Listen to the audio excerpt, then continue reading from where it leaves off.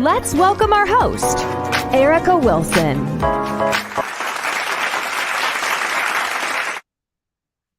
Great day, everyone. We're here live today with the girl, Erica Wilson, that it had to happen for our Thursday night spotlight.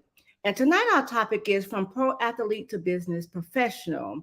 And my God, I had the honor of meeting this young man back in, I believe, 2013, somewhere up in there, when he played for the Jacksonville Jaguars. Such a humble soul. I'm talking about just, oh my God, he brought so much joy to the field. So let me just tell you a little bit about my guest I have here on tonight. His name is Johnathan Cyprien, born July 29th, 1990. And let me tell you guys, he's an All-American football strong safety, right?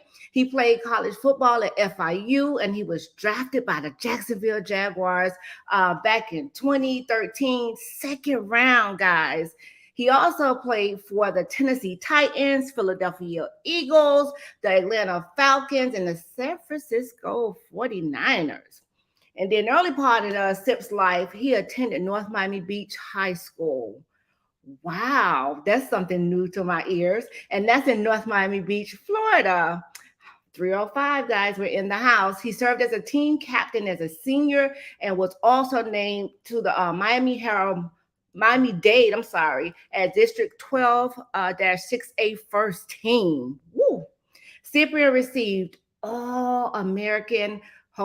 He received an athletic scholarship to attend FIU, full scholarship, guys, where he played for the FIU Panthers. Sip, you should have came over to the U, but I do understand. And that was from 2009, to 2012. And as a true freshman in 2009, he appeared in all 12 games, and he started in 7. He finished second on the team with 78 tackles, guys, one interception, 3 breakups, and forced 2 fumbles, and earned all conference honorable mention selection. Let me tell you, I can see why he was drafted the second round. Should have went first, but that's neither here nor there. So Cyprien started a foundation called Sip Squad I hope I'm saying that right, Foundation in 2015, which benefits different programs for at-risk youth in the South Florida area, which is so much needed. And now he began to walk in another path of life.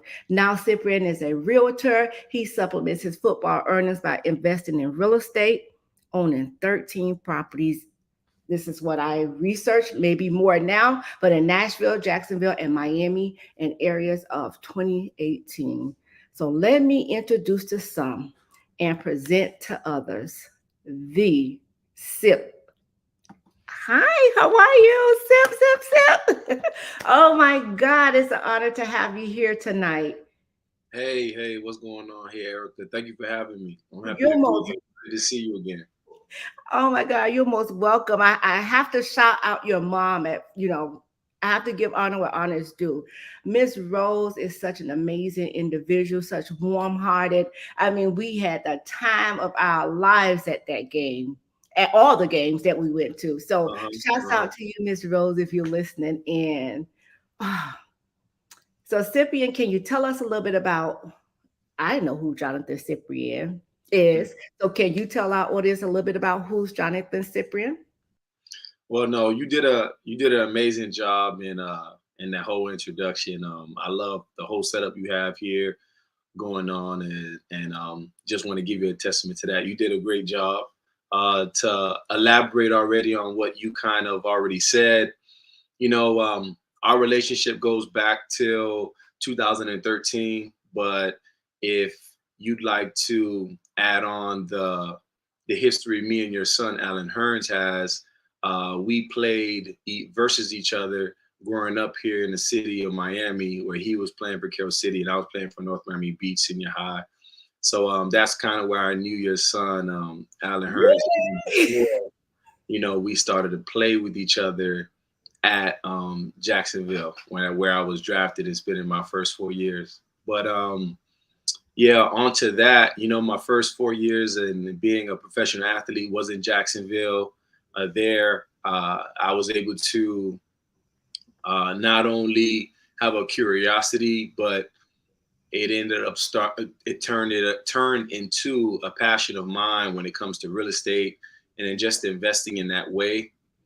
There's plenty ways to invest, but I believe real estate is one that is very trustworthy. Uh, you can't name someone who is worth north of $1 million and not invested in it. Wow. And it's an asset that continues to appreciate over time. It provides tax benefits for those who do acquire large lumps of money throughout the year and able to uh, have tax breaks depending on how they invest in real estate. Wow. Honestly, the reason why I got into it then was because I wanted a way to make money outside of the paychecks that I was getting at football. I told myself if I were to stop playing today, then I would always see red out of my account rather than green. So with that curiosity is what sparked me investing in real estate. And now, as I made a transition outside of the NFL after 8 years, I'm doing it partly full time, where I'm trying to teach other athletes like myself. That means so past or present athletes on how to invest and just a real blueprint on what does investing in real estate look like while you're an athlete, and actually me being able to share the benefits of how I've been able to profit thus far. Wow, Sip, that's a whole lot. Because as you guys are out there playing, I mean, sometimes you have 2 day, have to practice twice a day, you have to work out, you have to do so much. And just to know that you had your hands in something else, really baffles me, because the thing is, you were focused, you knew what you wanted, right? But I want to take you back, because I didn't know that you and Alan knew each other from back then. And just look how it come full circle, both of you guys. And I'm gonna talk about a little incident too, because here it is. You say you guys played in high school together, right? And by the way, he says, "What's up, Sip?" Where it is? He say, "What's up, Sip?" But the thing is, you guys played in high school, right? Ended up at the Jaguars, and then you both had the same exact injury. Yeah. Whoa. Man, that was something else to see, you guys come up there and both of you guys played through that injury the way that y'all did. Yeah, I mean, there's, in playing sports, unfortunately, in football specifically, it's 100% injury rate. So injuries are part of the game, and it takes a special type of person to be able to, uh, overcome those struggles, man, and still be able to perform at a high level, not only for yourself but for your family and your teammates. So yeah, we definitely share a lot in common when it comes to this athletic background. Oh my God, they're gonna comment. He say, "Sip, what's good, bro? Hey, ma, I love you." Let me tell you, when I told What's Alan good? that when I told him that you were going to be on the show, he was like, "Oh, I just talked to Sip last week." And little do you know, like this was something like I was telling Alan about real estate. But if you know Alan, if he's stuck on however he feel. So if I don't know much about it, then I'm not going to put anything into it. However, I just thank God now that you both are, tagging up and seeing what you guys can do out there in the market, because the market it's booming right now, right? It's booming right now. But however, you both um, played your heart out on the field and now retired. I don't know if Alan's retired. That's up to him to announce that. But just to know that you retired and you can have your hands in real estate, but not just real estate, Sip. You're doing your foundation, which is phenomenal. You're doing some great things out there in the community. And I didn't even know that you went to North Miami Beach High School. Yeah. They North Miami Beach. I'm a local. Grew up there for majority of my life, and they actually gave me the key to the city back in 2015 for Mhm. the charity work that I've been doing, not only there but around the country as I travel to different teams and kind of tapped into the community there. But yeah, with my foundation, it's called the SIP Squad At Risk Youth Foundation. it was born in Jacksonville in 2015, where the fans actually gave me the name of Sip Squad, kind of like, the fan hashtag. Yeah. And I was able to move that over. We'll use that name to create a foundation where we give back to underserved communities and kids that grow up with, obstacles or not given the same opportunities as others, right? So I always say this, God blessed us all equally as people with talents, but we don't have the same equal blessings when it comes to opportunity. So what we want to do with the SIP Squad At-Risk Youth Foundation, that's SIP Squad RE Foundation. So RE stands for At-Risk Youth. What we want to do there is be able to create avenues and bring exposure to these young people in these communities so that they can see something that they can actually aspire to be. That is so awesome, because, a lot of times our kids do not get to see anything else. Well, the less fortunate kids does not get a chance to see outside the box, right? They don't get a chance to see new things and be exposed to new things. And I'm glad that you mentioned about being given the key to the city, because I actually have that clip right here that I'm going to play for you and everybody else. Here we go, guys. This is such an amazing. First of all, I want to say congratulations and salute, because that's major right there, Sip. So I'm really proud of you. I'm happy for you. But guys, check this out right here. Not for longer, and it speaks volumes to what you've done to our children and mentoring and showing them the right track and being that inspiration.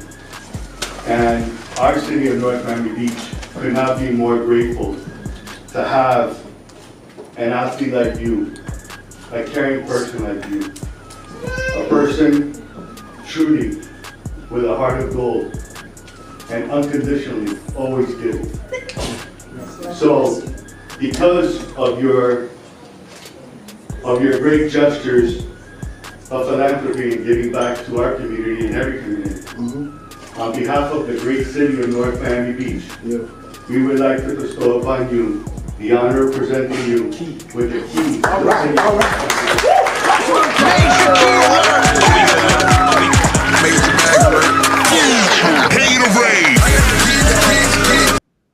Wow, Sip, that is major. Oh my God, that is major. So how did that make you feel receiving that honor? Oh man, it's it's one of the highlights of I think my life up until now, to being from a neighborhood where I walked to school, to football practice, whatever, summer camps, my whole life. Have so many memories with my friends, the good and the bad, and then to just be honored by the city that you that you were raised in is, it's hard to even explain. It was a great moment, and I'm very grateful for it. And I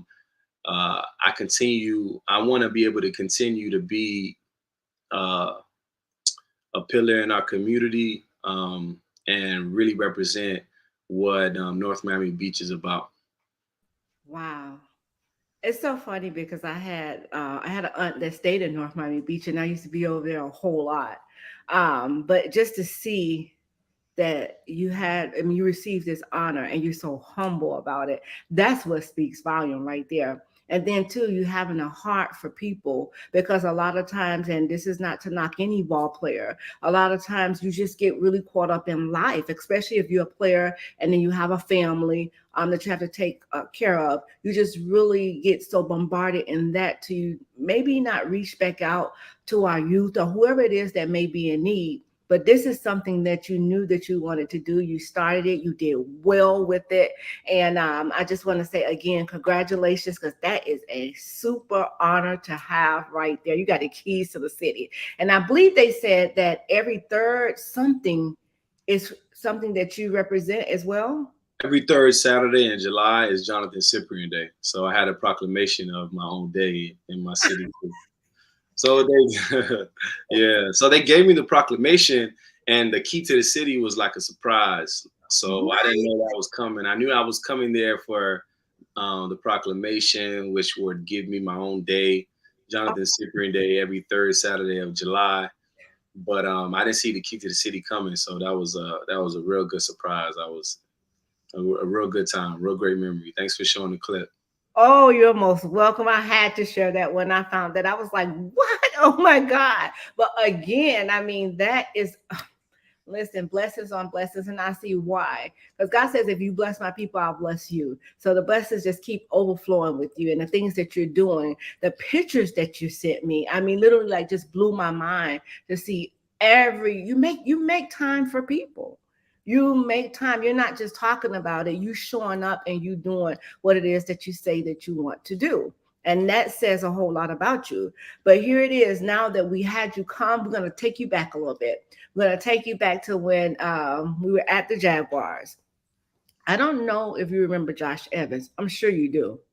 Absolutely. I had the honor of having Josh Evans on the show. And the thing he said to me, he apologized to me, saying that he's so sorry for being distant.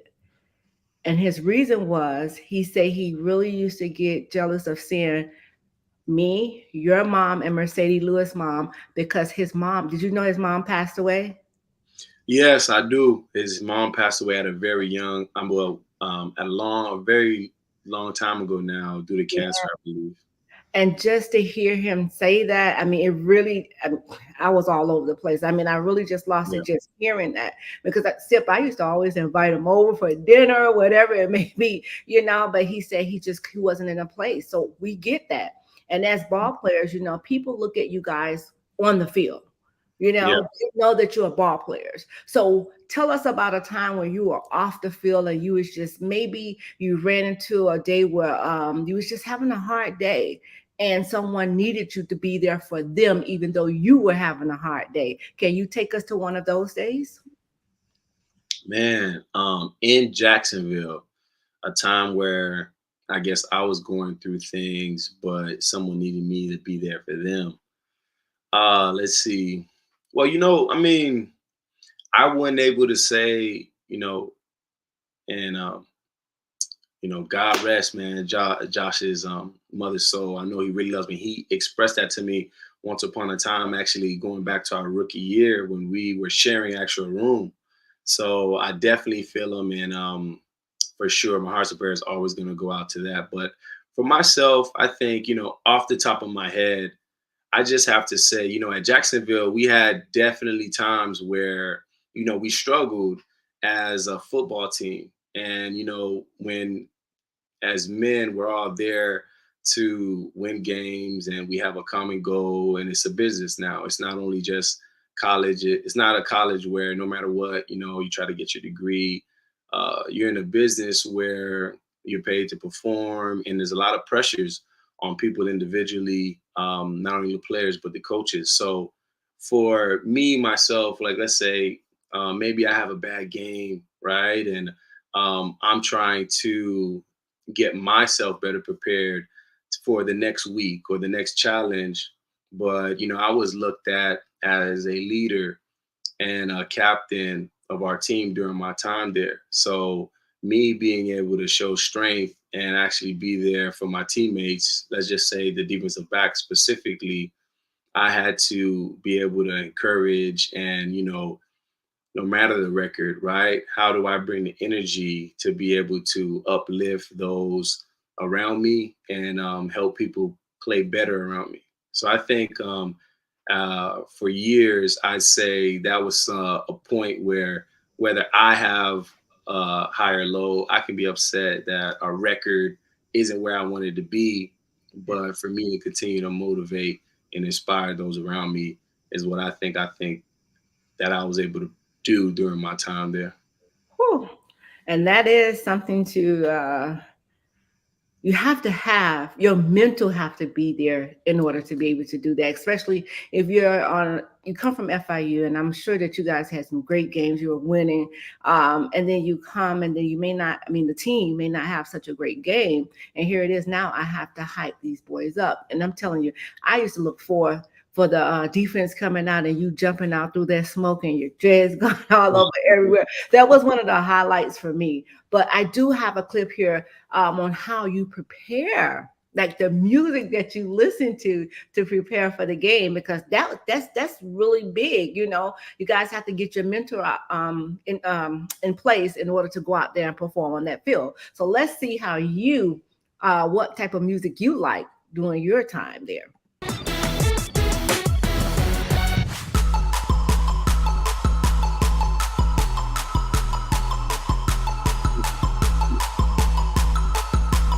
Hi, my name is Johnathan Cyprien, and this is my pregame playlist.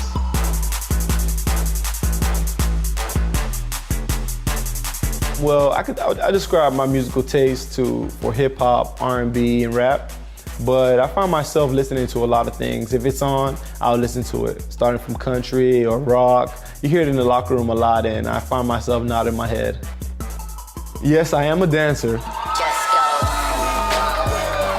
but I am a dancer on the field and in the locker room. I don't dance too many other places. Musical talent. I would say I'm a natural at playing instruments. I once played the piano, but I haven't played in so long. I think I'm real rusty.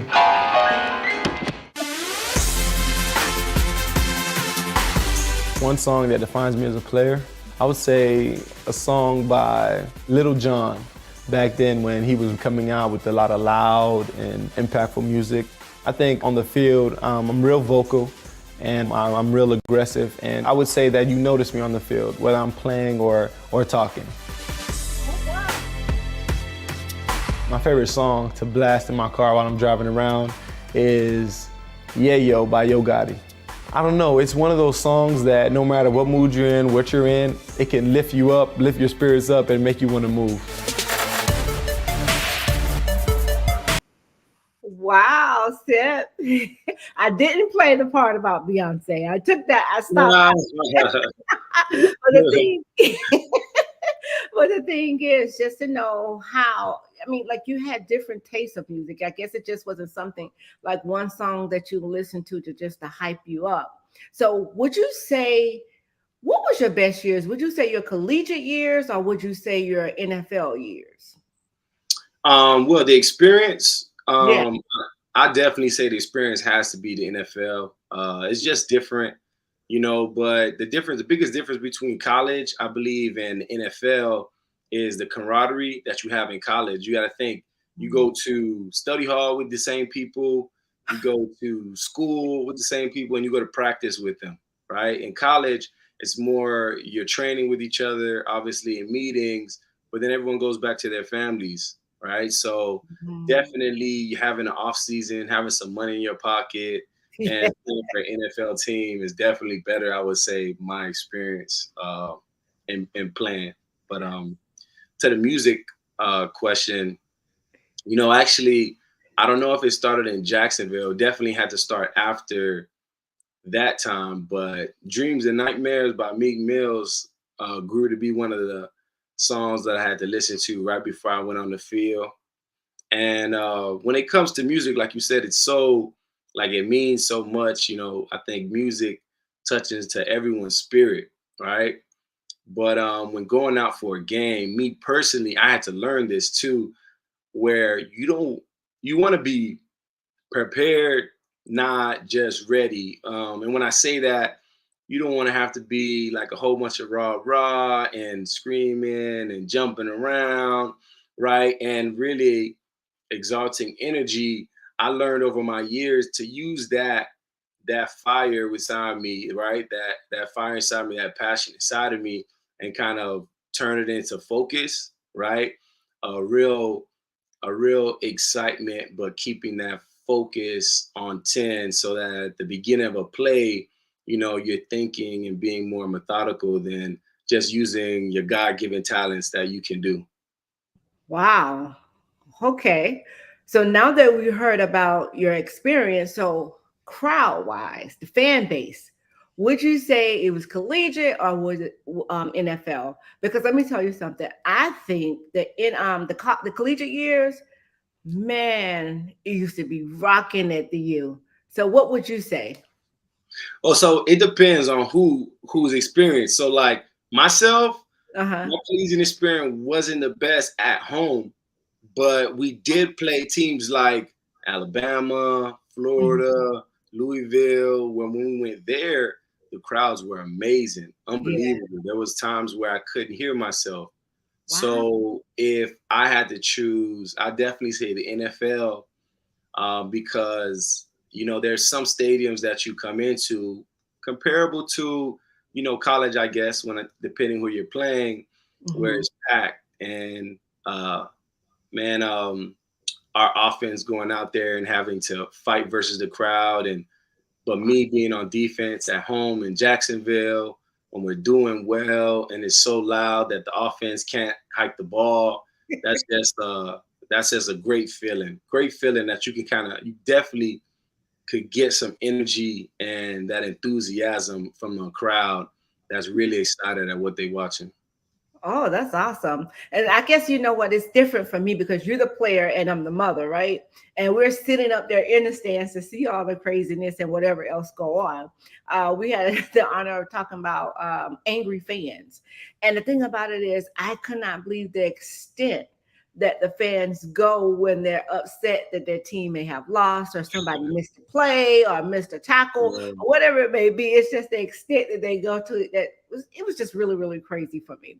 But we heard all about your collegiate years. We heard about your, well, a little bit about your collegiate years. We heard about the NFL experience. We heard about your foundation, which is amazing, which is phenomenal. So now I want to jump into this real estate theme because this is something that not just a pro athlete can do. If you set your mind to it, this is something that could be beneficial in the long run. It could build generational wealth. Correct?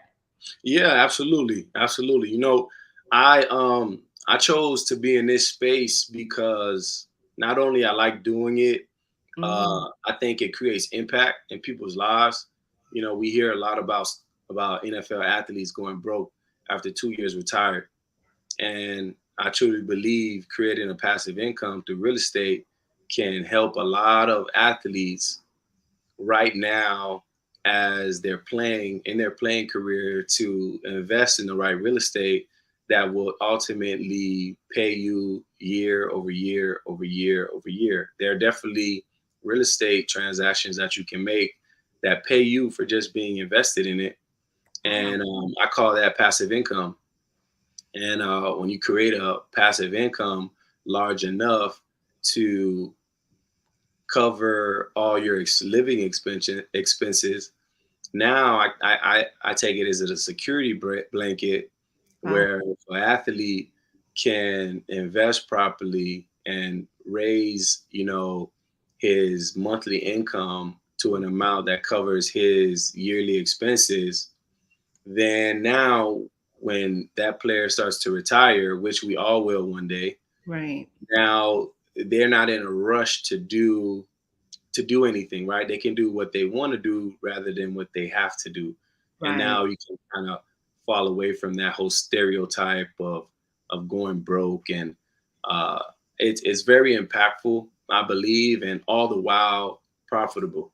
So I think just for who I am and what I stand for and everything that I have a hand in when it comes to business, it Mhm. it aligned, and I'm able to help create this generational wealth not only for myself but for other people. That is awesome. That is so awesome. But the thing about it is what they fail to realize too, like when you guys are playing, there's only what 16, 17 checks. Then you have the rest of the year that you have to live, right? Yeah, yeah. you know, and a lot of times you have a lot of expensive habits, on top of, just want, outside of living, right? You have some habits, which may be shopping. We don't know, whatever it may be, just a lot of times the ball players do spend tons of money. I And mean, go ahead. look, nobody talks to you about money until you have some, right? Oh, So think about that. A young kid coming into a lot of money at one time, and not necessarily knowing what to do with it, but how to spend it, right? You grow up only time saying, hey, what are you going to buy your mom when you make it to the NFL? What you're going to buy yourself when you make it to the NFL?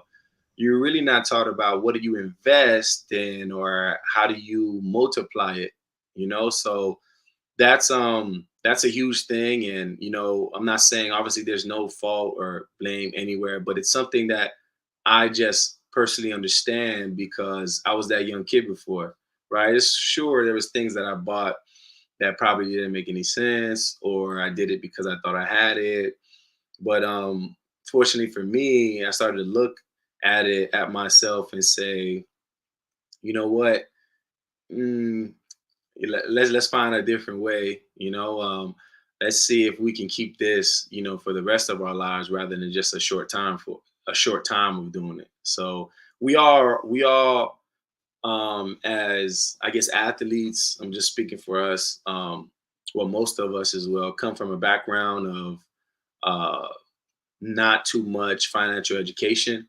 So coming into money is when now it's either you're delegating that to people or you're learning it and learning the process. And I definitely advocate for those to learn every process that they're in financially as they do investments. Oh man, that's great advice. So would you say by you knowing this now, right? Would you implement this in your organization when you talking to these young fellas? Not just the fellas, even the women. We all need to know about financial literacy, period. A lot of times we don't know the importance of our credit. You know what I mean?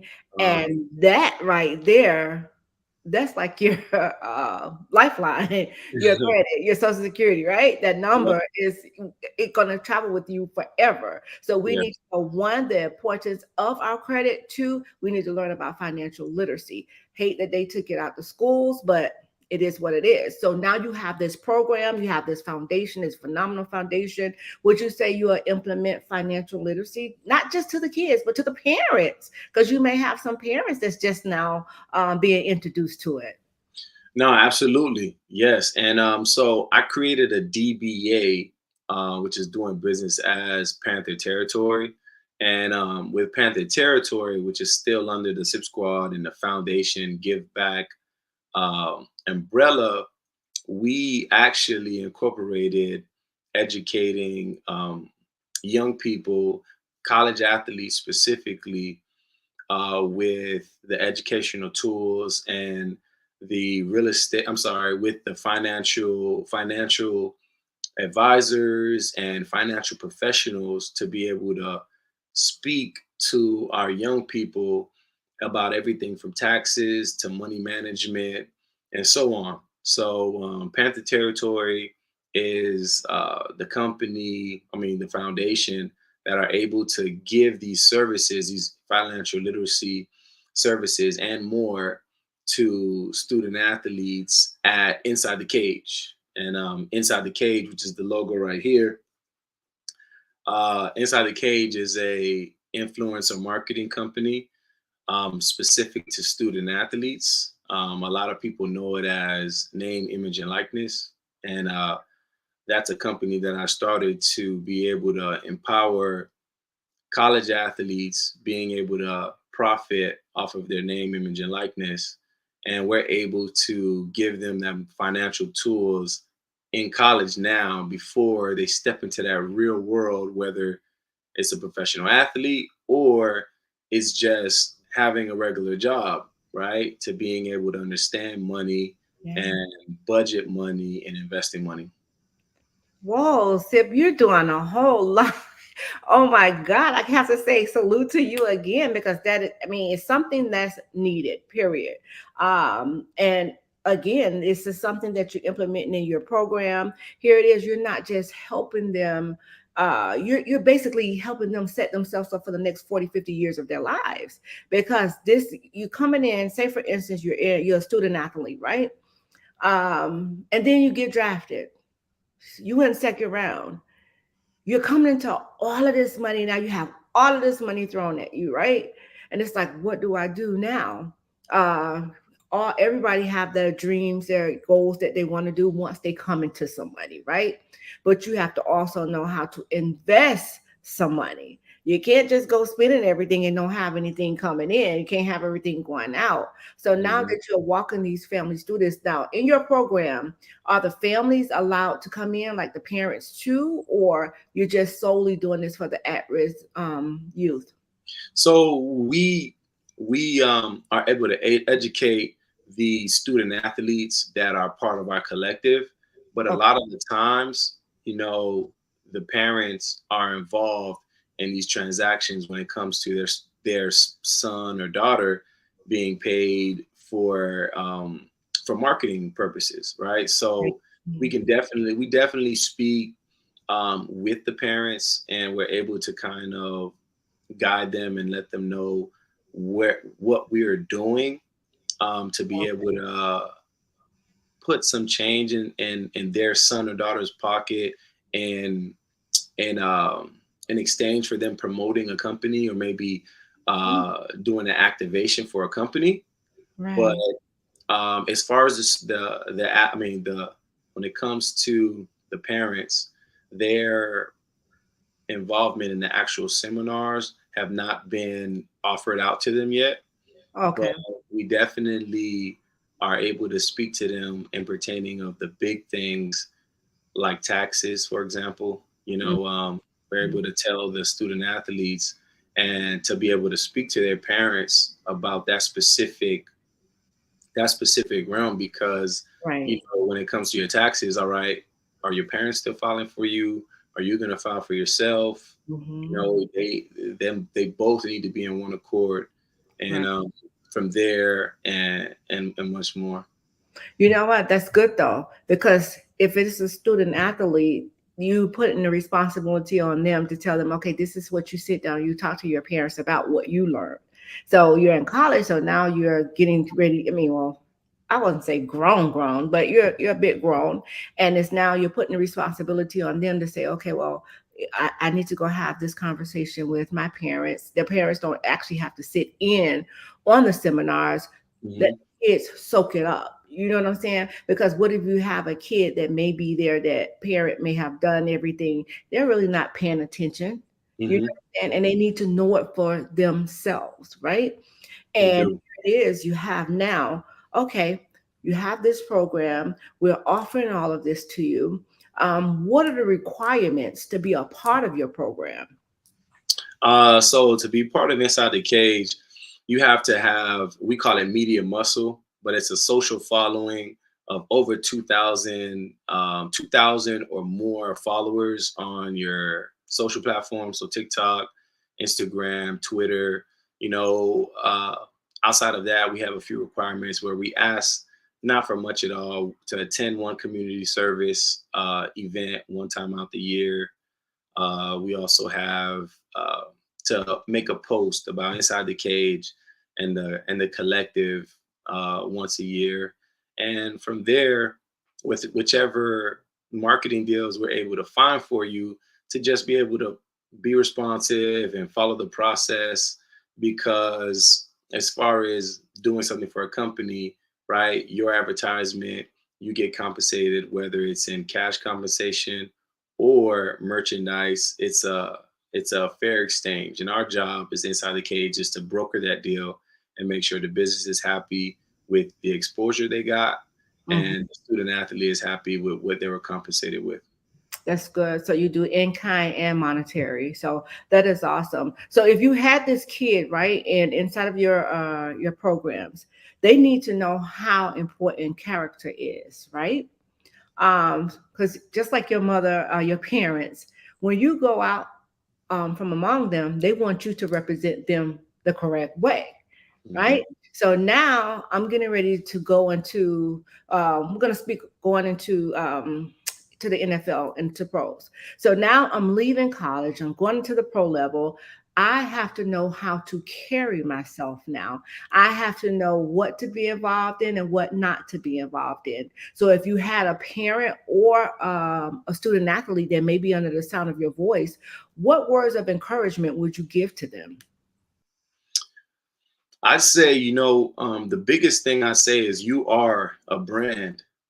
You are your own walking brand.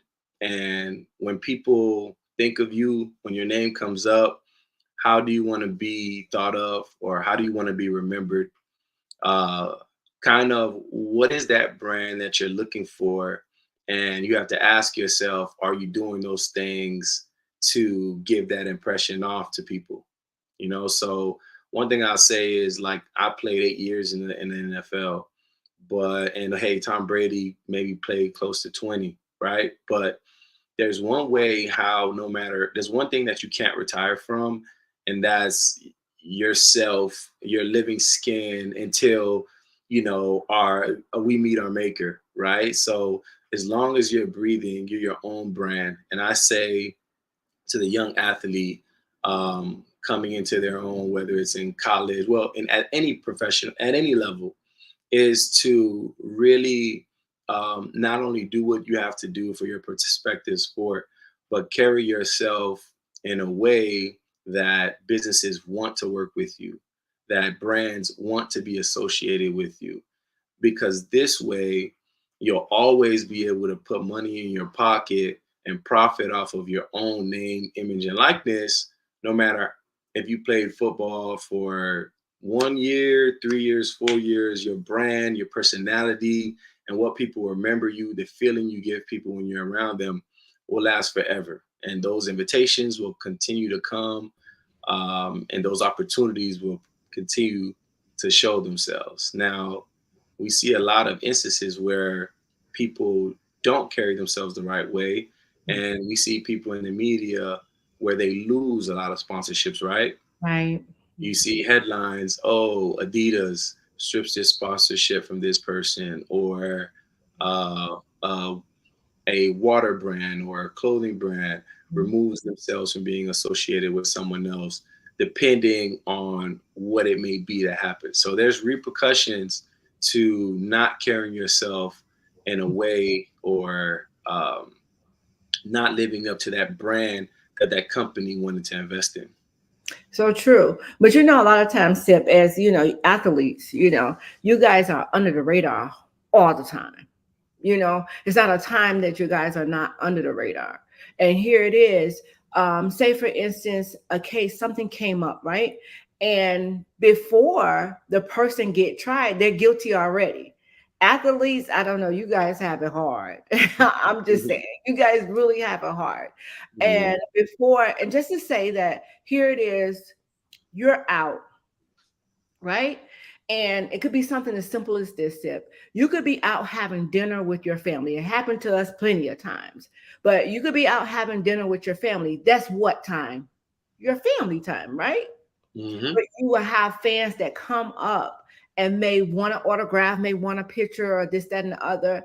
And you can say it like, in a polite way, but just because you didn't do what they wanted you to do, they could try to throw you under the bus. Have you ever had that to happen to you before? You know what? I'm gonna go back to a time where you actually gave me this advice, which is crazy. I've always been the type where I didn't want. I mean, in that particular instance, there would be fans who come to me and would ask me, "Do I play professional sports?" And I'd say, "No, I'm a personal trainer." Right? I try to deflect that, just so that the spotlight wasn't on me. If I'm walking into a furniture store, right? Everyone's here for furniture, so hey, like, let's not. I'd rather not kind of get into it. So hey, I'm a personal trainer, and Right. I think I remember a conversation with you when I spoke in I spoke around that subject, and you reminded me that, hey, look, everybody that you meet, it's an opportunity to gain another fan. Mhm. And for you deflecting it, right, really, it's hurting what I was just speaking about when it comes to a brand, right, and being marketable. Because at the end of the day, entertainers all the time, they're going to think they're fans because the fans are the ones who stream their music. And Right. without that, right, there is no Drake, there is no Beyonce, and it's the same thing for a student, for an athlete, right? So It all depends, of course. It comes in different ways and different levels where, like you said, there's family time and you want to be able to just have it with your family, right? And there's other times where you're like, let me not miss out on this opportunity to pretty much make maybe a hopefully unforgettable moment for one person that'll continue to follow you throughout your career, or maybe not even your career, even past your career. So that's something that I was able to learn from you. I think is you gave me the advice, maybe not the exact words, but you definitely said to capitalize on those situations. And since that day back in Jacksonville, I did start to do that. So it's definitely two sides to it. And depending on how much it happens, I just say have the family time in a private room where nobody else is invited into. Yeah, and the thing is too, you can say it politely. You can say, okay, after dinner, if you guys are still here. I mean, that used to be Alan's thing. Or sometimes he would just get up and he would just do it, But it was never an instance where he was like thrown under the bus thrown under the bus for not doing it. It's just that you had people, and you can say you're a personal trainer all day, but what we have nowadays, we have phones and they Google you. And then he'll be looking at me like, did you say something? No, but the thing is, they can, Google you. And here it is, you're having dinner with your family. And it could be after a game. And, oh, this is a good one. Say it's after a game that you lost, right? That the team lost. And you're having dinner. You're already down about losing. And here it is, you may have, I'm going to use a kid because a kid, I think, is more impressionable. They're more impressionable than the adults are, right? So this kid come up to you, he's just really excited, sip, sip, sip, sip, and he just can't contain himself. But his parents are saying, okay, well, just let him have dinner, let him have dinner. Would you say to the kid, to the parent, like, come on, let me just take care of him? Or how would you handle that situation? If I was having in that situation, I'd probably do it. But if we lost the game, I don't know if I would even be out. I'd probably be home. And like what we did was always my mother didn't live in Jacksonville, so when she came for the home games, I'd want a home cooked meal. So I was able to deflect that particular situation because of that, right? So we would go home and we would have a big dinner. But if I was in that situation, especially because if it was a kid, I don't know, who knows, right? Depends on how upset I was. To me, I don't even eat after the games because I'm watching the film and I think like my body is still in a state of like as if I'm still in the game. So I really end up eating a lot later after the game. So for me, it was a little bit unique, but I would like to say I would sign up for that kid. Yeah. Yeah, because the kids they watch everything. They watch everything you guys do. I'm talking about everything. So here it is. If one wants to get in contact with you, I have your information going across the screen. If one want to get in contact with you, guys, here's his IG, all of his IGs, his website. But Sip, can you tell us a little bit about each company that you have, how they can contact you? Yeah. So my personal account is @Sip. Just like it's spelled on the screen, CYP @Sip. That's my personal account. And there you'll see a little bit of everything from real estate to inside the cage to my personal life. But outside of that, I have an Instagram handle that's Inside the Cage, @Inside the Cage on Instagram. On that platform, you can be able to stay abreast to everything that Inside the Cage is doing as far as our partnerships, what are we doing for our student athletes, the education portion of everything.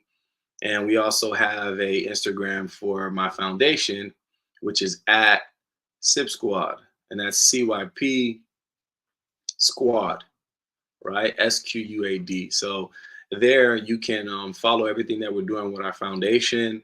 And yeah, pretty much between those three accounts, I actually have one more account that I'm creating specifically for real estate that's going to be tied to a website and so on and so forth.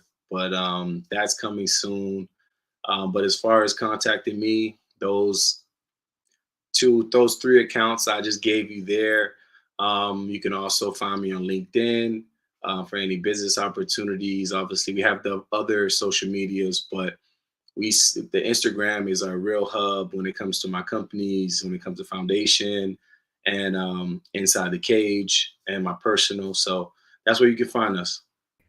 Wow, so I am so, I mean, so much that you have going on. That is so, so awesome. I cannot wait for this real estate thing to come out because I know you're going to take it to another level. And then the thing is, it's not just that here it is, your gift can work outside for you, because you're in arena, what? You're a retired athlete. So now if I get inside of this, I mean, no, not if, I'm inside of this real estate world now, I could branch out to my brothers, the other athletes that's in the league or may have retired. So it actually worked outside. Your gift is actually overflowing because you're taking care of these kids. You're teaching them financial literacy. You're teaching them basically how to set themselves up for the next, like I said, 40, 50 years of their lives. Not only that, you're marketing them and getting money in their pocket, even so, we know that everybody don't make it to the pros, right? And the ones that have to go out and work in, it is still the real world, whether you're a pro athlete or not. But just say the ones have to get out and work the 9 to 5.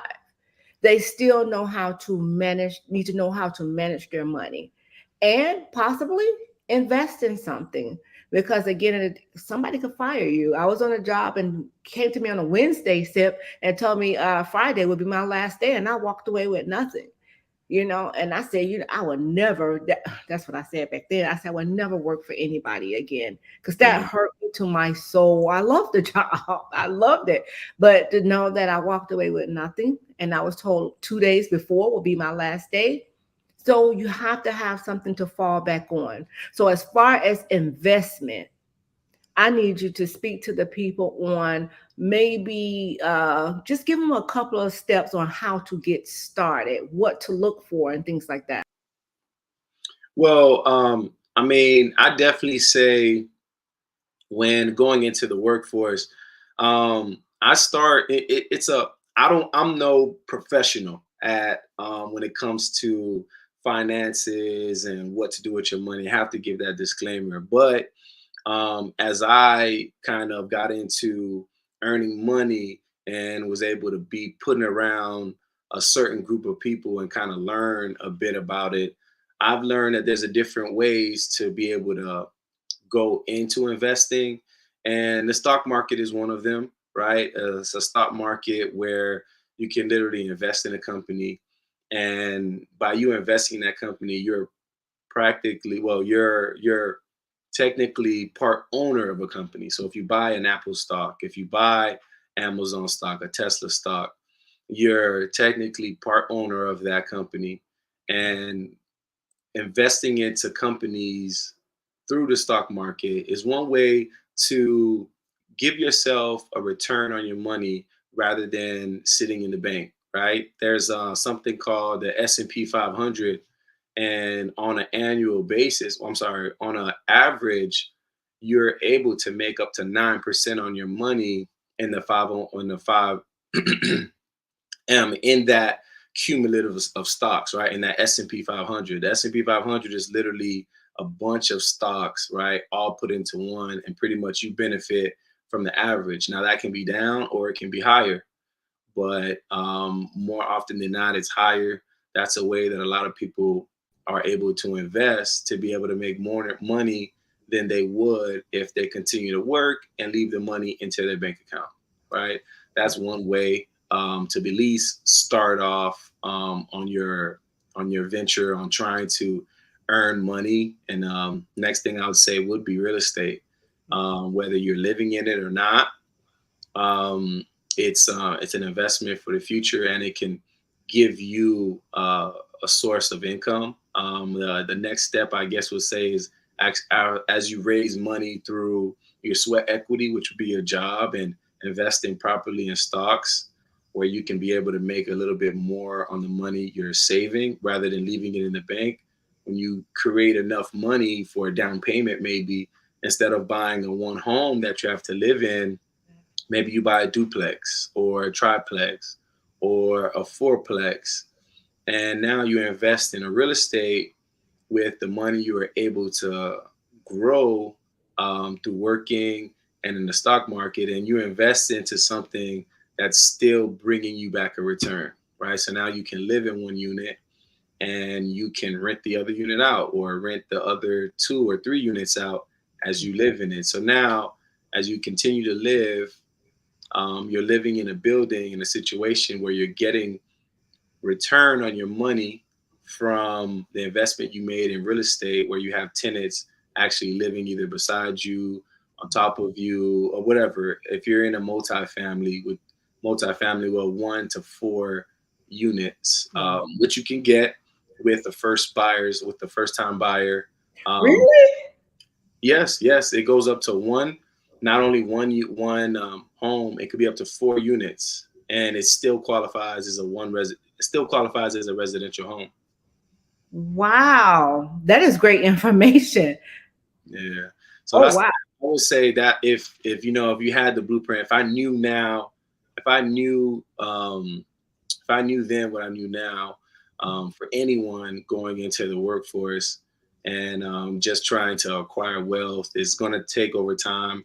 I know nowadays it seems like you snap your fingers and people are YouTube rich, or it's like you wake up and you win the lottery, but the reality is, for majority of the world, for the majority of America, it's going to be a slow and steady route, right? And that's just one route that I have I've been exposed to through my path of learning finances. Well, let me tell you, the YouTube get rich, it must be past me.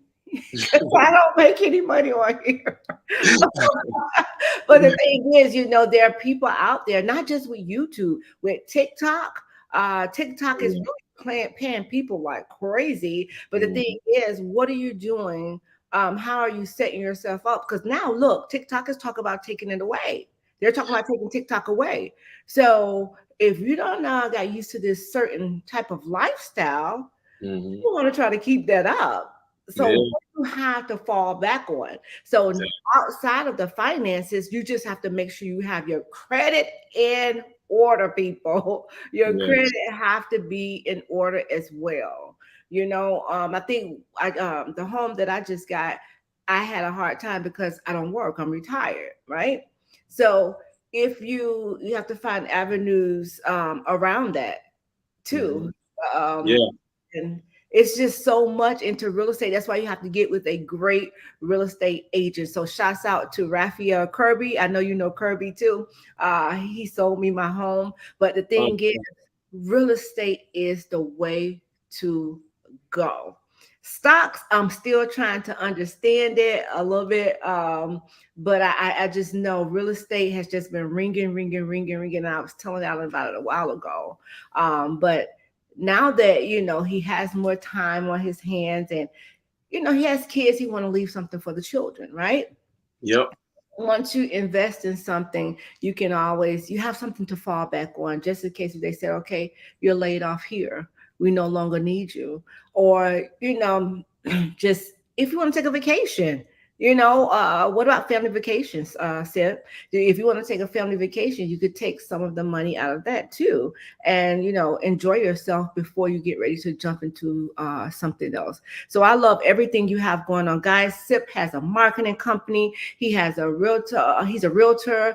He has his foundation. He was given the keys to the city, guys, and you heard it here at It Had to Happen on our Thursday. Thankful Thursdays is tonight, Sip, and our topic was from pro athlete to business professional. So tell me really quick, what was the transition like leaving something that you love, going into the business world? Well, that's business too, football, but just to know that football was over. How was the transition? The transition is always going to be tough. There's no way around it. It's something that you've been doing your whole life, something that you love. And for a lot of athletes, the only job they've ever had and the only thing that some athletes think they're good at. So so it's tough. It was tough for me. It's tough for anyone. I believe me specifically, I was able to move forward maybe a little quicker than most because I kept so busy with going into business. Right, coming out, I can also attest it to a few injuries that I had while I was playing the sport. The last 3 seasons of me playing football, I was on IR, which means injured reserve. So throughout the year, I either got hurt at one point or the other during the season where I was no longer able to play for the rest of the year.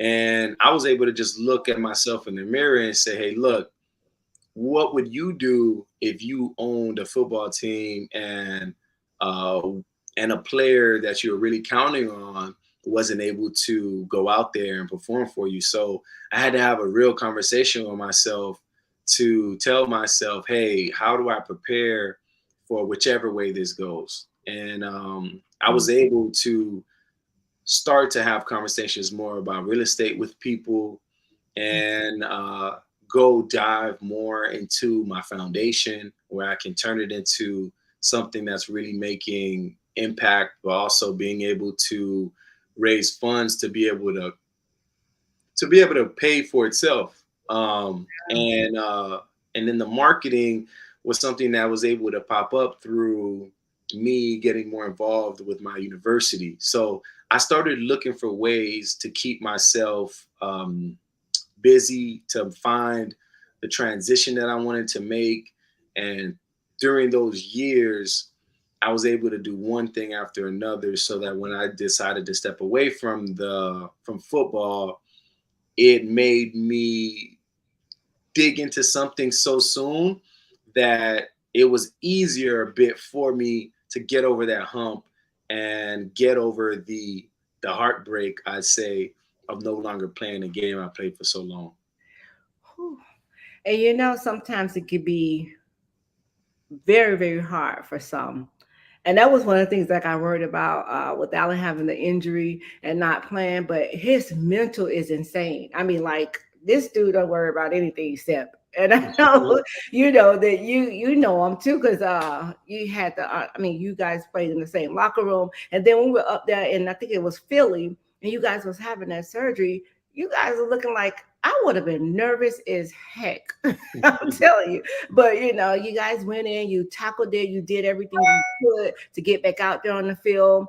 And the thing about it is you said something, and I want to touch that because there's something that's so I didn't understand. Like you said that if you were owner of a team and you expected this player to perform and he can't, what about all the times that you did perform? You know what I'm saying? You're Yeah. not going out there looking to get hurt. You know, No. it Absolutely. happens. It's such a contact sport, right? Yeah. But think about the time when you and Alan both sacrificed your bodies.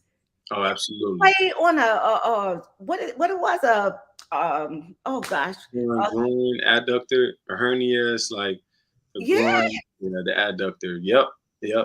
It was no, absolutely. Don't get me wrong, and I don't you can't take that away from any athlete, right? It's 100% contact sport and 100% chance of injury for sure. But after 3 years of consecutive injuries is where I started to look in the mirror, or 2 years of consecutive injuries where I was starting to say, okay, what is going to be my transition plan so that were this to happen, like you said, you come into work one day and you have two days left, right? There's nothing I can do about that, no matter what I've done in the past, right?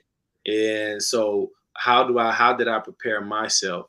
So, after my last injury with the San Francisco 49ers, I made the decision to not continue to play anymore. And I didn't leave it in anyone else's hands.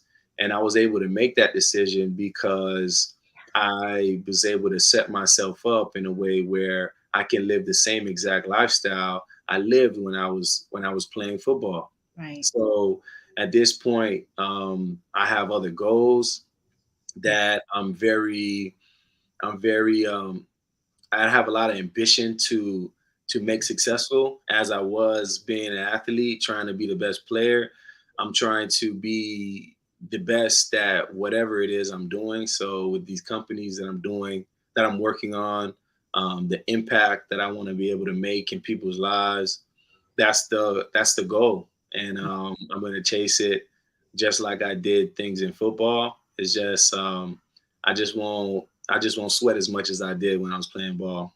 That's it right there. But see, that's the thing, that it had to happen. So you had to go through that. So now you could be able to pour back into others, Sip. And you're doing, these programs, all these programs that you have and the things that you're implementing inside of these programs, you had to go through it. You were once that player. So you know exactly what to expect, what not to expect. But the very thing that you said that stood out to me is you were basically, not verbatim, you was able to walk away without them having to tell you this is your last day. So even though you knew that the game was over, but I have other things I have to follow, that I'm going to follow on, and you're going to be, everything that I'm seeing here, I'm loving that you're doing. I know some days you may have some bad days, but I know that our good days outweigh our bad days. And the greatest part about it is God has his hands on you. He has his hands on you. So there's no way, even if you tried to remove God, you can't. You just can't. You can't. And you're doing, again, like I said, I have to salute you. Thank you so very much for accepting this invitation to be a part of It Had to Happen. You don't know what that done for me. Thank you so very much. I really appreciate it. But the one thing I want you to do before we leave, if there was anyone that maybe was battling something about walking away from, they're battling about walking away from something, what words of encouragement would you give them? I'd say, it depends what it is, of course. But what I know for a fact is that persistence and continuing to chip away, it really does work. And if you really pour your all into something and you're trying to make something work that you can control, it's possible, and it definitely could happen. It might not be happening because it might not be happening on the way that you're approaching it, but more often than not, if you look at the situation and maybe go about it a different way, you'll be able to make some movement. So I'd say, when having those conversations with yourself about walking away on something, and it could be anything, I definitely say that, is there another way to continue to do this? It might not be the way that you imagined it, but there may be a way to continue that journey. Maybe you're playing football and you don't know what to do next. Maybe you don't know, should you walk away? Well, maybe you can coach and still get that same feeling and experience, or a little bit something close to it, right? Or in other situations, I don't know, maybe it's a person or a job. But I think, just to really evaluate the situation, if it's for you, there's definitely a way for you to pursue it and get exactly if you want, if you strategize and shoot for it the proper way. That's good. That's really good. So again, Sip, thank you so much for taking this invitation, accepting this invitation to be here with us on tonight to share what it is from pro athlete into the business world. You're doing such an amazing job, guys. Listen, this guy is doing phenomenal things. He did phenomenal things on and off the field. Amazing. Our biggest superstar here, Miss Shannon Jaguars Diva. She said they miss you in Duval. Oh my God. I'm telling you, my highlight was when you came out of that smoke. But you know what? I looked at you being a quiet guy. I didn't know you used to be talking out there on the field. I used to hear about Jalen, but I didn't know that but that's a good thing though. You knew what you brought to the table, and you brought the fame, did you? Oh my God. So salute to you again, King, for everything that you're doing. I pray God abundance blessings all over you. Tell Miss Rose I said hello, and I'll love to talk with her soon. But again, Sip, continue on, keep on keeping on. Keep your eyes on the prize and not the people, because God definitely have so much more for you. I'm telling you, even if you try to shake them off and say, God, no, you can't get away. No, You can't get away. I need him. That's it. That's it. So, Sip, we like to thank our viewers because we can't do this without each and every one of them. So to everyone that took time out to tune in here with us on this Thursday night, we're forever grateful for each and every one of you. So we like to leave them with virtual hugs, oh my gosh, and virtual love. Because guys, we love you here at It Had to Happen. Again, Sip, thank you. I really appreciate it.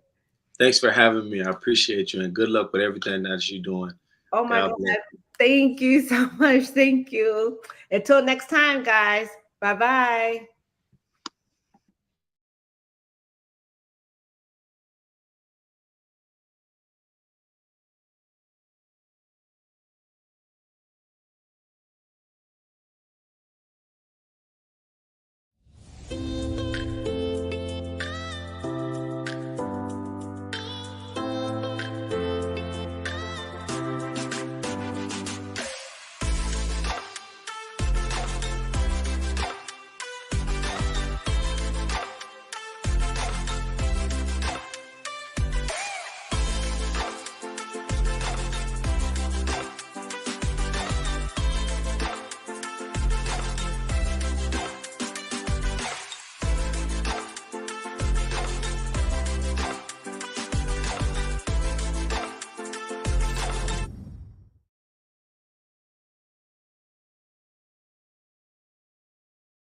Erica's Empowering Empire.